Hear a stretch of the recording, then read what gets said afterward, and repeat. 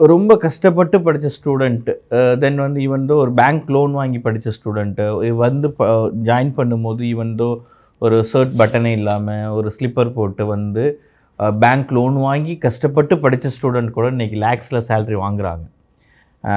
இது எப்படின்னா, இது வந்து 2 விஷயம் இருக்குது. ஒன்று வந்து காலேஜ் பார்ட் மட்டுமே இது வந்து சக்ஸஸ்க்கு நம்ம ரீசன் சொல்ல முடியாது. ஸோ ஸ்டூடெண்ட்டுடைய கான்ட்ரிபியூஷன் வந்து ரொம்ப ரொம்ப முக்கியம். ஏன்னா இன்றைக்கி ஒரு லெவலுக்கு நம்ம வரணும் அப்படிங்கும்போது, ஒரு பெட்டர் சேல்ரி வாங்கணும் அப்படிங்கும்போது, அவங்க காலேஜில் கொடுக்கக்கூடிய எல்லா விதமான அசைன்மெண்ட்ஸு, ஒர்க் என்னென்னலாம் அவங்க கொடுக்குறாங்களோ அதை அவங்க பயன்படுத்த வேண்டியது மிக மிக முக்கியம்.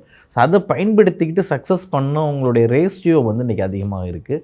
ஸோ நிறைய ஸ்டூடெண்ட்ஸ் வந்து இன்றைக்கி ஒரு திரும்ப நம்ம ரிட்டர்ன் இப்போ நாங்கள் சொல்கிறதெல்லாம் வந்து ஒரு ஒரு கவுன்சிலராக வந்து சொல்கிறதெல்லாம் கேட்டு பையன் அட்மிஷன் போடுறான்னு வைங்களேன், என்னை பொறுத்தளவு இட்ஸ் நாட் அ ஹாப்பி. அது ஹாப்பி கிடையாது. ஏன்னா அவங்க கொடுக்குற பணம் இப்படி வாங்கி இது இப்படி வந்து அது செலவாகிடும். பட் நம்ம அந்த கொடுக்குறோம் இல்லையா ஸ்கில், நாலேஜ், இங்கே தான் இது ஹேஸ்னால் இப்படி தான் யூஸ் பண்ணணும், இங்கே தான் வரும், வாஸ் இப்படி தான்ப்பா யூஸ் பண்ணணும் அப்படின்னு நம்ம அந்த சொல்லிக் கொடுக்குற அந்த நாலேஜ் வந்துட்டு லைஃப் லாங் அவங்க கூட போக போகுது.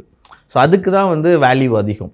ஸோ ஒன்ஸ் சக்ஸஸ் பண்ணிவிட்டு தென் அகெயின் வந்து காலேஜுக்கு வந்து பிரின்ஸிபலையோ வைஸ் பிரின்ஸிபலையோ எங்களையே பார்த்து அந்த கம்பெனியில் இருக்கேன், இவ்வளோ சேலரி வாங்கிட்டு இருக்கேன், நான் வந்து சொந்தமாக ஒரு கார் வாங்கிட்டேன், நான் சொந்தமாக வீடு கட்டிட்டேன் சார், என்னோடய வீடு கிரகப்பிரவேசம் ஃபங்க்ஷன் வந்துருங்க அப்படின்ட்டு ஒரு ஸ்டூடெண்ட் வந்து கூப்பிடுறது தான் பெரிய ஹாப்பி.